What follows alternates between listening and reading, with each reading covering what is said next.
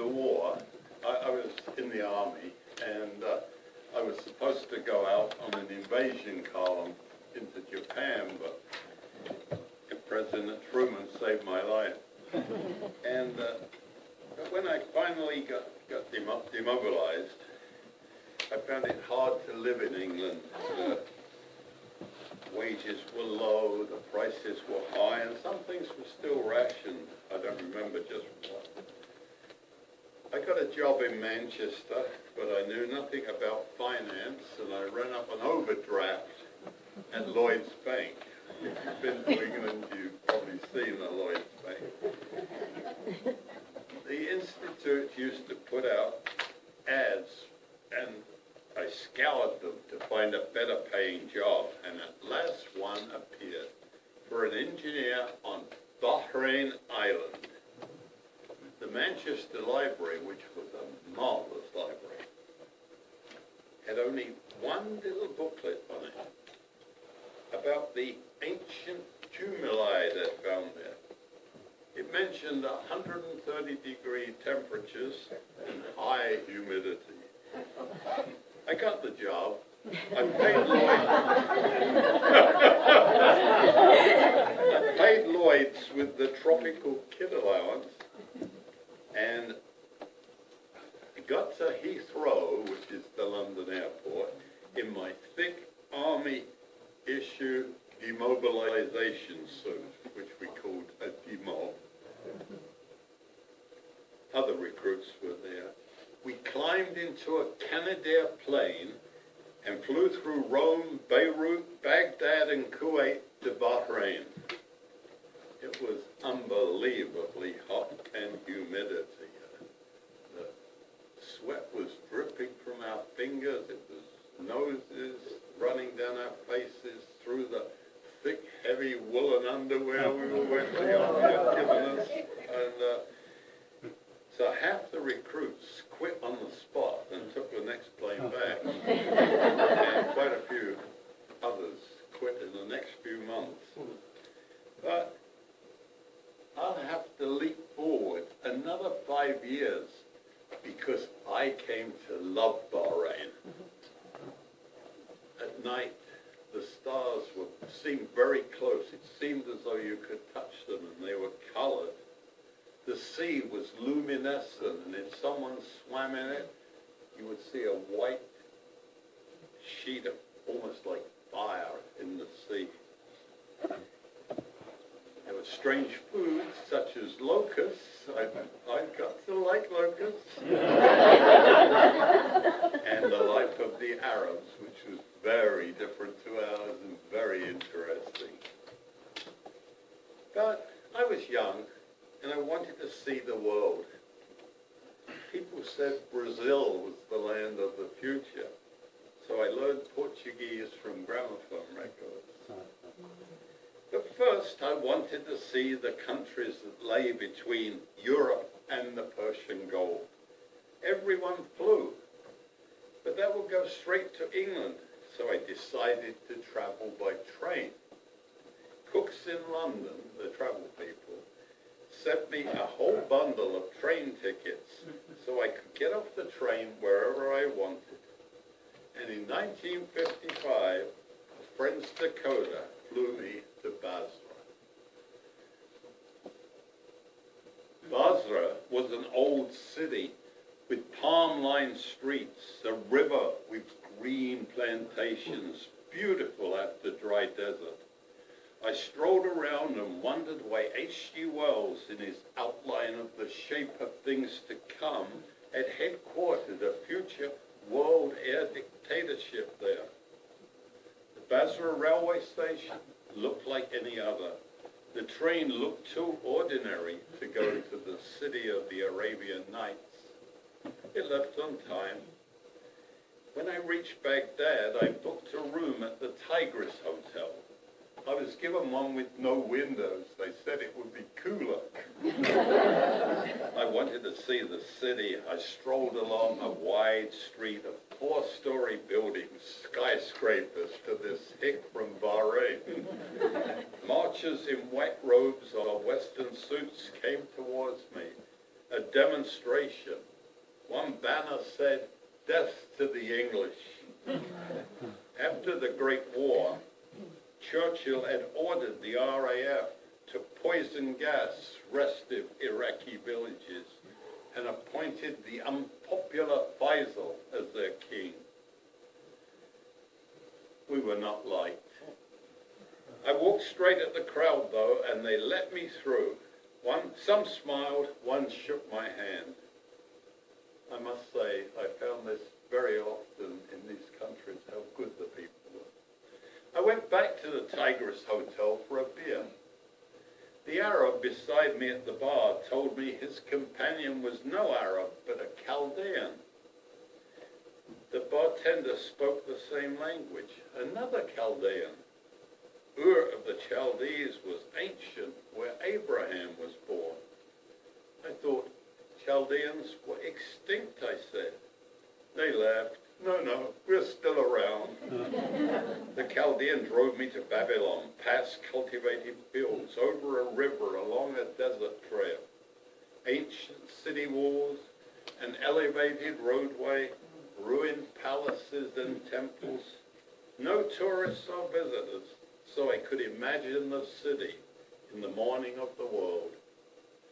An old Arab told me proudly in broken German, "I worked here for archaeologists before the war." He pointed at a gap in the city wall. The incomparable Ishtar Gate stood there.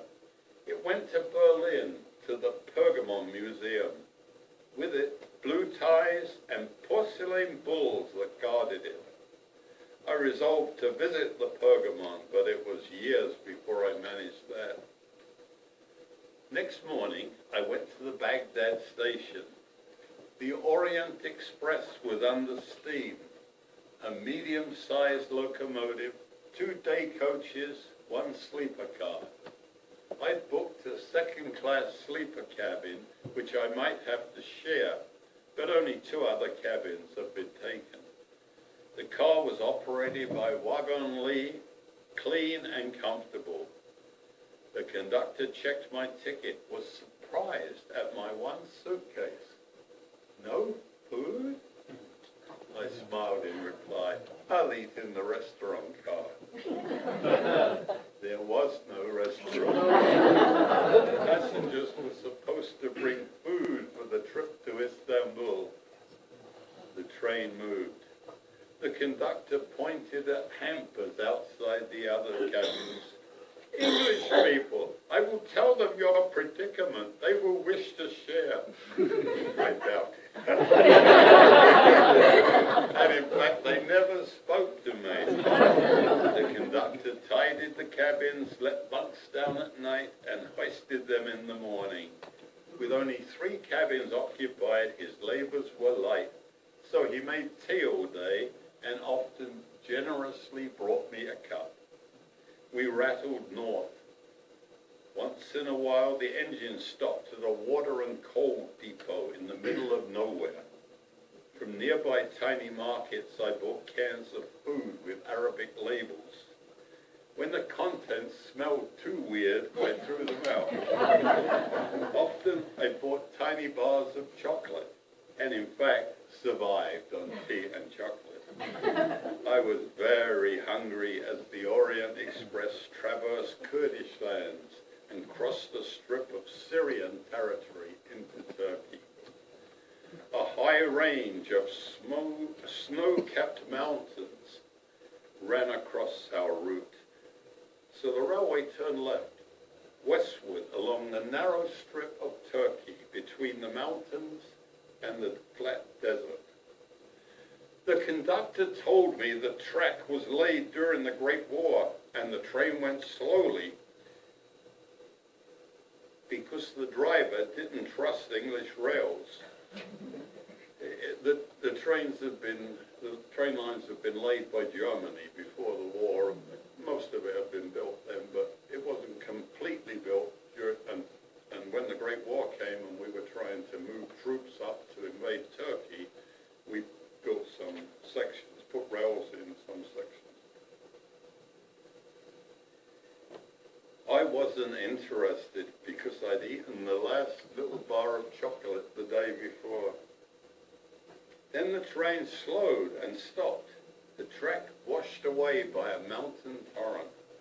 A labor gang worked on it. How long? I asked the gang boss. He shook his head. All day, most like.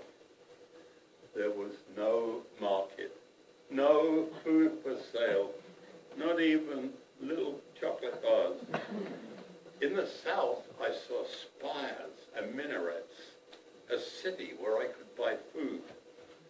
The conductor shook his head when I told him my plan, but I was hungry. A couple of hours later, I still tramped across sandy rock, decorated by an occasional green plant. The city looked as far away as ever, but I could no longer see the train behind me. I plodded on, grateful for comfortable boots. I bought the boots. They were made in Bahrain before I left. I'm very proud of them. Horses' hooves clattered, and a troop of uniformed riders swung round me. One man sprang down from his saddle and faced me, his smart grey uniform of good quality. An officer, I supposed. He was about 28, my age, maybe a lieutenant. He spoke with authority in a language I did not know. Then he tried again in French. Who are you? Where are you going? I showed him my passport, told him of my hunger. He frowned. That city's in Syria. You're lucky we found you, not a Syrian patrol. He mounted his horse. A trooper helped me up behind him. I'd never been on a horse before. And it seemed undignified to hold a lieutenant lightly. I was nervous as we trotted across the plain. We came to a fort that looked exactly like a Foreign Legion fort in Beauchef's movies. Square, with high turreted white walls. Two great gates in one wall swung open as we approached, and our troop rode into the parade ground. A trooper helped me down. The lieutenant or the lieutenant, still mounted, clapped his hands, shouted orders, and soldiers brought tables and benches, spread huge white tablecloths, set down plates and cutlery. In no time at all, cooks brought steaming tureens of stew and dishes of bread and fruit. The officer dismounted and told me in French, "Sit, eat." He filled my plate with lamb stew, cut me a slice of dark bread, and stood a bottle of Turkish beer before me, which I drained quickly. He gave me another, smiling benignly. I soon filled my empty stomach. All the soldiers were eating at the long table. The lieutenant requested a favor. Teach me some English. I will teach you Turkish in return. I handed round my navy-cut cigarettes and tore the pack apart to use as writing paper. I don't know how much he learned, but I have never forgotten one Turkish phrase, kaç karuş. This phrase, meaning how much, came in handy in shops, but it means literally how many karus. There are 100 karus per lira. So as the Turkish lira lost value, a poor little karu became worthless. Turks laugh now when I say kaç karuş. A trooper galloped into the fort, leaned from his horse and bellowed. My lieutenant translated, "Your train is leaving." We mounted horses and rode forth behind a cadet with a pennant. By the time we reached the train, the engine driver was angrily blowing his whistle. He could not move because a cavalryman sat on his horse beside him.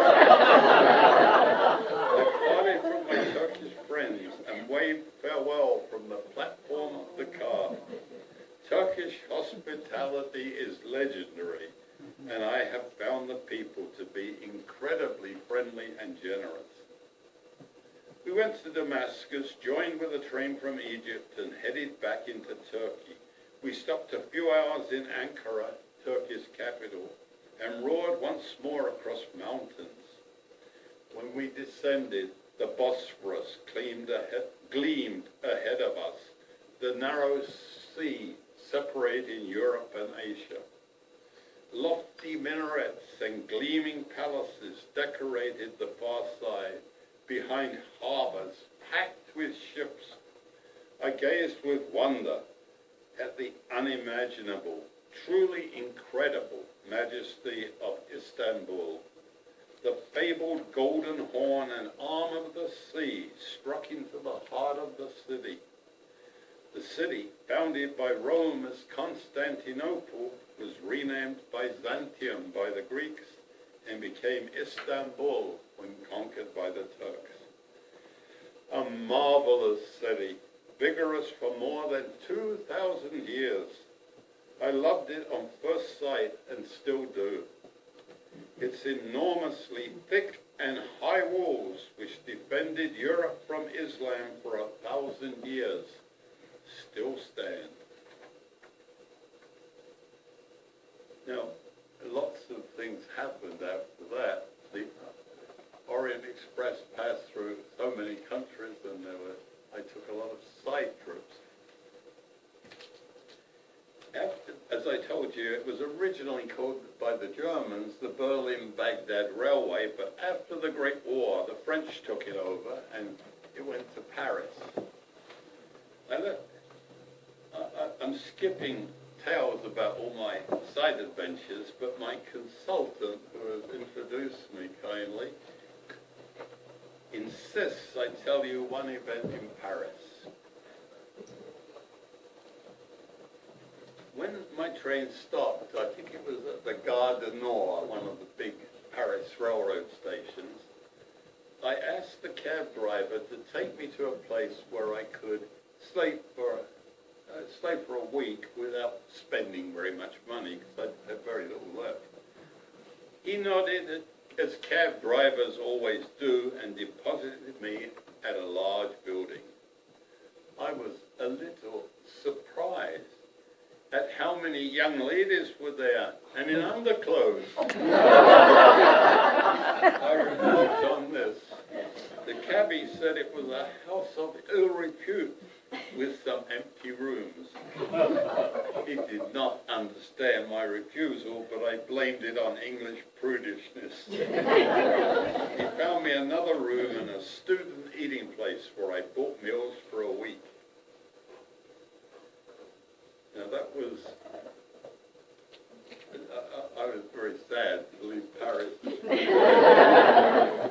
And I did get back to Southampton in England, and I was going to go to the United States. At Southampton, I boarded the Queen Elizabeth, the grandest ocean liner in the world. A picture by the purser's office showed the stabilizers, great underwater vanes at her bow to counteract the effects of wind and wave. Elizabeth would be the first liner to use stabilizers, and on her first post-war voyage, Elizabeth in the sea, but not as a passenger liner the way it was for this trip. On the last day of the crossing, black storm clouds appeared. A hurricane. The Queen headed into the wind at reduced speed so as not to go too far, of course. The stabilizers ceased to function. The ship rocked, and I was soon alone. The few passengers who wanted dinner were invited to the first class dining room. I was in cabin class, which is a step down from first class. First class dining room to eat at the captain's table. All wines free, delicious food. But our captain shook his head. We'll be a day late because of this. By morning, the ship again knifed through the waves, stabilizers worked, and passengers emerged with good appetite. Wall Street skyscrapers and the Statue of Liberty greeted us, but we had little time to gaze. Immigration and customs officials had boarded our ship. My official barely glanced at my papers, pushed me form after form. I signed without protest. The uniformed man shoved back one sheet, fill in race. I left it blank because I didn't know what it meant. I looked at him. I'm English. Do you want me to write that down? His voice rose to a shout. Race, fill in your race. I looked at him blankly. European or white? He became angry, lost patience with me. Caucasian, aren't you? I thought Caucasians were mountain Russians. I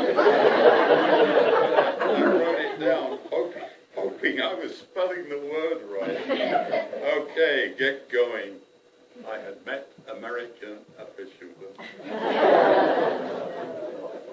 I took my case to the street and looked for a cab. One stopped, and I sat beside the driver. On the way, I told him my dad had once been a seaman. He had been to Galveston. Now he told everyone how Americans refuse tips.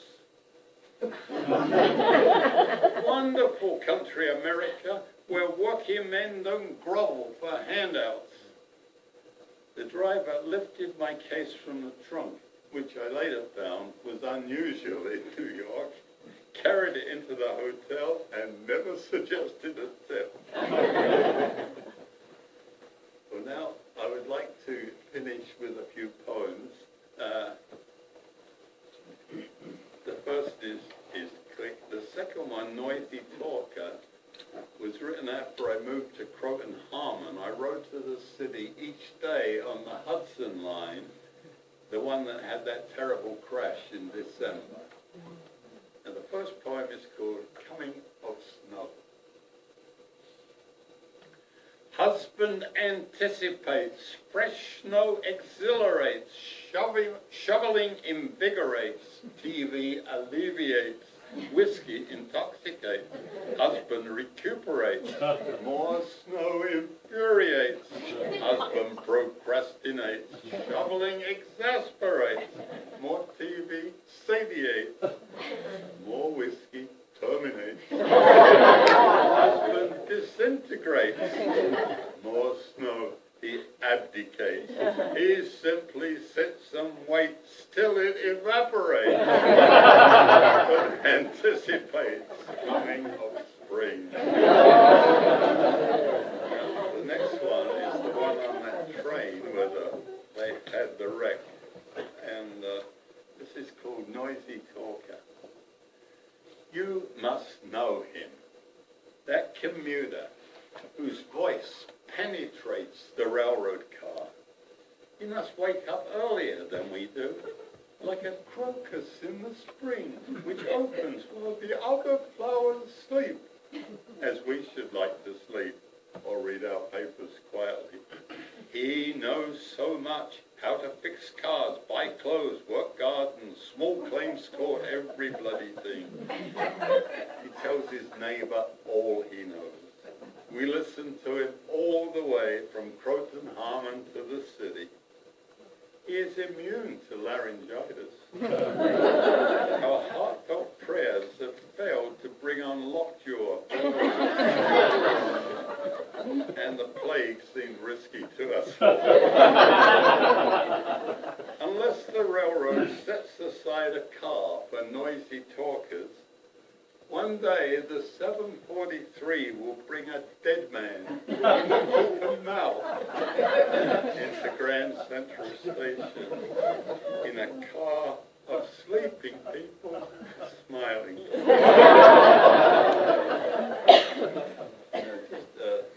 One more point. And this was written, it was the day of my daughter Victoria's marriage. Croton had had a severe thunderstorm the night before. Tree trunks were falling. They cut off the power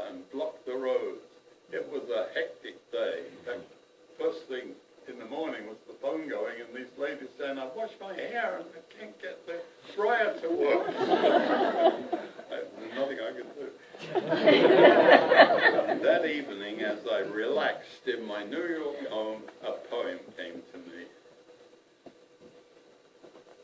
Deep inside an oyster pot hides a tiny pearl.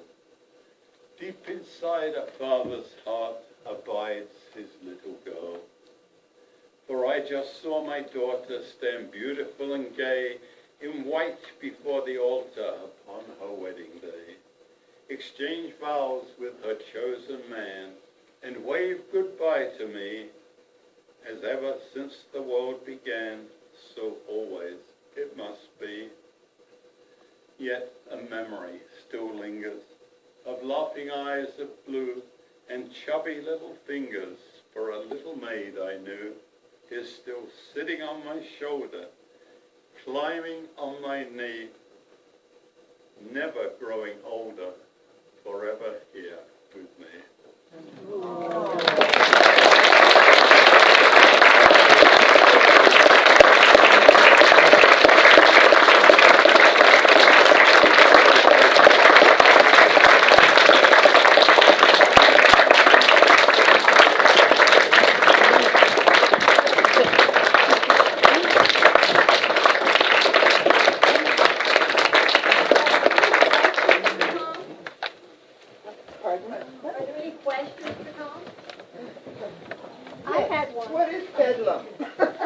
Bedlam is a hospital, or used to be a hospital in London, where they send crazy people. Yeah, see, I know the word is slang, or, bedlam. What's the place? But the location. I learned something.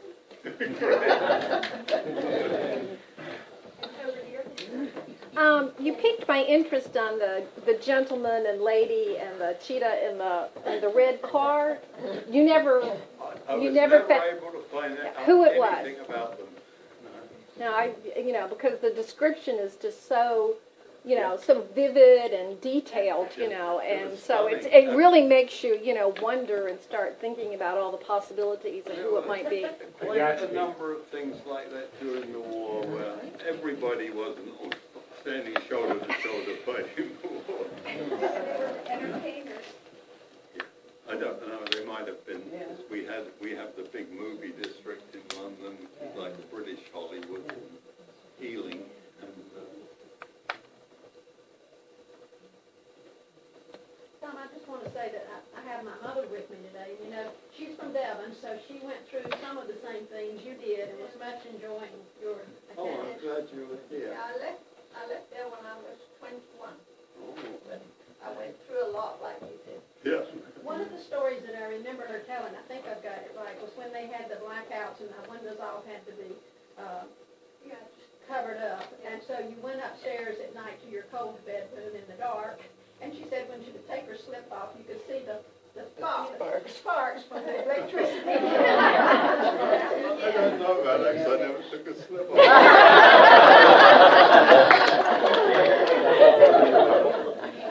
That's interesting. Stationed over there. Oh. So Tom stayed in America because he met an American woman when he came to New York and married Helen.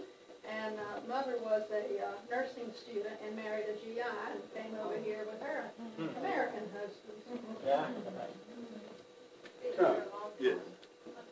time. How did you manage to document your odyssey so well, with so much going on and not being able to sit there and concentrate? Document what? Your odyssey, your travels from... I don't know. I think the dear lady mentioned it, that there were a few things where I was having dreams, things which very unpleasant incidents, and I would wake up with them in the night thinking about them, and then I got the idea I would write them down, and I found they disappeared once I wrote them down. They didn't wake me up anymore, at least. And so I did that more and more, and then I gradually added to it. But the strange thing is, when you're writing in that fashion, it's amazing how things come back to you. Minute details. But I don't understand. Yes. Tom, would you like to tell them quickly how you met your wife in New York? I can't do it quickly.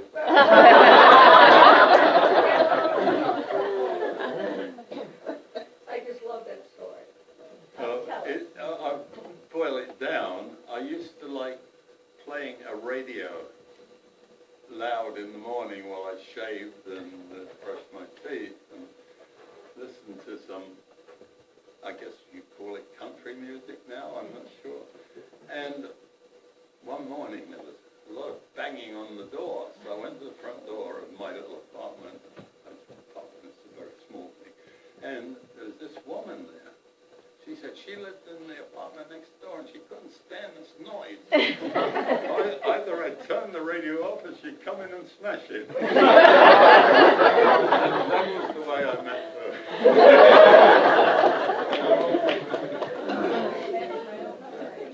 Yes, sir. When you got to Bahrain in your woolen underwear, how long and how did you change into typical wear? They had a bus rent to Manama, which was the city where the Arabs lived. We were in a little place called Awali, where Europeans were. And they could run you up a suit of clothes in no time at all. So I bought shirt and pants and underwear and stuff there. And went back with no trouble, half the price of, probably less than half the price in England. And I realized that was one of the first things that made me love Bahrain. Yes, sir. Your stories start when you were 12 years old. When did you actually start writing? Oh, not till quite a bit later. I really find it hard to say, but in my 20s. That one I remember very vividly. That was one reason that's down. That wasn't a bad memory or anything. I just remembered it was after the Depression when we had nothing. You know, when we were. In fact, to show you how bad it was, during the war, my father was talking to another man just outside the little corrugated iron shelter we put up in the backyard, and I crept out with them, and the other man was saying to my father, well, you know, the bombs were coming down, the guns were going off, and he said, well, at least it's better than the slump, which was the Great Depression. So people thought the Great Depression was the worst thing that ever happened. So that's probably why I remember it. We had money in our pockets, and the markets were coming back.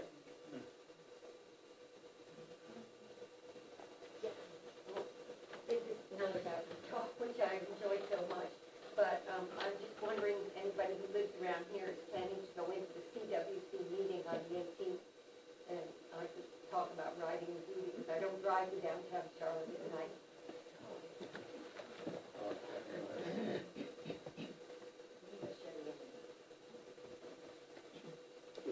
Yeah, you talked about the impact of that first air raid warning that you went through. Yes. And how, as a young person, did you cope with that kind of stress over that period of time? Well, I mean, I didn't go like that every time there was an air raid. You know, that was the very first time. But I've noticed it quite often in New York, because when I lived in Manhattan, the police cars would scream past with sirens and things, and that was when I realized how much it lingered. But I didn't have that problem, you know, all through the war. Did they ever say what the red sky was? No. Never. The only thing I ever found out, I've scoured the web looking for it.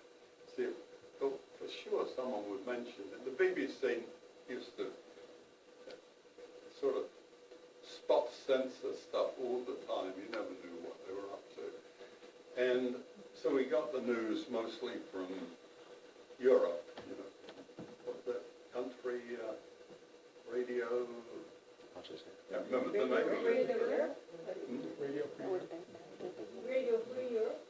No, that didn't exist then. It was the name of a country that's just behind Holland and Belgium. It's the German-speaking, Lichtenberg, isn't it? And we used to listen to their radio station because you got more I did find, and this was interesting, that Hitler was having a meeting with some of his supporters at Berchtesgaden. And they had that sky. And someone came to Hitler and said, it's a bad omen for the war. And I guess thinking of the Russians, the invasion of Russia. And Hitler said, oh no, it's a good sign for us. There'll be a lot of killing, but we'll come out on top. And, so that's the only reference I found. And I can't swear it was exactly the same night. You know. Well, thank you again for coming this afternoon, and I would like for you to stay around. And if you want to talk to someone about Charlotte Riders North, we are wearing name tags if you will see one of us. And Barbara Rowling has an announcement she would like to make. On March 8th, right here, Saturday evening,